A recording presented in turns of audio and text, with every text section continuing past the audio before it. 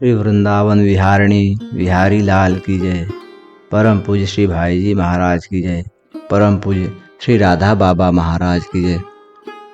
परम पूज्य श्री भाई जी महाराज के प्रवचनों एवं लेखों की श्रृंखला में प्रस्तुत है आज का विषय एक निष्ठता। परम पूज्य श्री भाई जी कहते हैं, साधक भय और प्रलोभन से बचते हुए एक निष्ठ होकर एक आदर्श साध्य का लक्ष्य रखकर चुपचाप बिना किसी पर आक्षेप किए अपने मार्ग पर चलता रहे।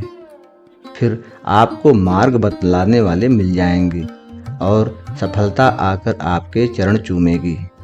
परंतु यदि आप विचलित हो गए, भटक गए और नाना प्रकार के रसों में फंस गए तो फिर गिर जाएंगे। पार्वती जी जब तप कर रही थीं और भगवान शिव के ध्यान में मग्न थीं, तो भगवान शिव ने सोचा कि पार्वती के गौरव को प्रकट करना है। पार्वती जी की क्या परीक्षा, वे तो भगवान शंकर की नित्य अर्धांगिनी हैं। यह कथा विविध पुराणों में विविध भांति से आती है और सभी कथाएं बड़ी सुंदर हैं, सुरम्य हैं। यहाँ पर श्री रामचरितमानस की कथा का थोड़ा सा अंश बतलाया जा रहा है। जब पार्वती जी तप कर रही थीं, तो भगवान शिव ने सप्तर्षियों को भेजा कि जाकर पार्वती की परीक्षा करो। वे पार्वती के पास गए और उनके नेत्र खोलने पर उन्होंने पूछा कि यह क्या कर रही हो। पार्वती जी ने उत्तर दिया कि महाराज तप कर रही हूँ। उनके कारण पूछने पर बोली, महाराज भगवान शंकर को प्राप्त करने के लिए। इतना सुनते ही सप्तर्षि एक साथ हंस पड़े। बुद्धिमान किसी को देखकर हंसे तो इससे उसकी मूर्खता परिलक्षित होती है। सप्तर्षियों ने हंसते हुए कहा, पगली, तुम उससे विवाह करना चाहती हो जिसके घर में कोई नहीं है। वह श्मशान में रहे, वहां की भभूत शरीर में लगाए, सांपों के गहने पहने, अजगरों की गले में माला पहने, मुंडमाला पहने, बैल की सवारी करे, नंगा रहे, पहनने को वस्त्र नहीं। इस प्रकार के एकाकी, धतूरा खाने वाले, भांग पीने वाले, कभी कालकूट पी लेने वाले पुरुष को पति बनाकर क्या तुम सुखी होगी? तुम अभी जड़ प्रतीत होती हो, पहाड़ की बेटी हो ना। इस प्रकार उलाहना दिया और भय दिखाया।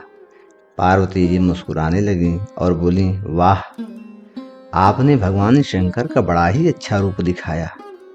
जो संसार के परित्यागी होते हैं, विरक्त होते हैं, जो वास्तव में शिव स्वरूप होते हैं, जगत से विरहित हो जो स्वरूप में स्थित होते हैं, वही तो ऐसे होते हैं। बड़ा सुंदर है। वे मुस्कुरा कर रह गईं। सप्तर्षियों ने देखा कि यह दांव तो नहीं लगा, दूसरा अस्त्र फेंका। वे बोले, सुनो पार्वती, हमने तुम्हारे लिए एक वर खोजा है जो बहुत ही ऐश्वर्यवान, महान सुंदर है। वे सौंदर्य, माधुर्य, ऐश्वर्य निधि, सर्व सद्गुण संपन्न, अनंत गुण ऐश्वर्य के समुद्र वैकुंठनाथ भगवान विष्णु हैं। तब पार्वती जी ने कहा कि महाराज, विवाह कराने का आप लोगों को शौक हो तो संसार में वर कन्या बहुत पड़े हुए हैं, आप जाकर शादी कराओ, यही काम करो। महाराज, मैं क्या कहूँ आपसे, मेरे लिए तो महादेव अवगुण भवन, विष्णु सकल गुण धाम, जेहि कर मन रम जाहि सन, तेहि सन काम। श्री रामचरितमानस बालकांड दोहा संख्या 80। माना कि महादेव जी अवगुणों के भवन हैं और विष्णु समस्त सद्गुणों के धाम हैं, परंतु महाराज, जिसका मन जिसमें रम गया उसको तो उसी से काम है। जन्म कोटि लगी रगर हमारी, बरों संभ न तरह कुंवारी। मेरा तो करोड़ों जन्मों तक यही हठ रहेगा कि या तो शिवजी को वरूंगी, नहीं तो कुंवारी ही रहूंगी। सप्तर्षियों ने उनका अविचल विश्वास देख लिया, तब बोले, हे बेटी, घबराना नहीं, शिवजी आएंगे, तुम तो शिवजी की नित्य अर्धांगिनी हो। इस प्रकार आज का विषय यहीं पूर्ण होता है। अगले प्रकरण में अगले विषय के साथ हम उपस्थित होंगे। तब तक के लिए जय जय श्री राधे, जय जय माँ पार्वती।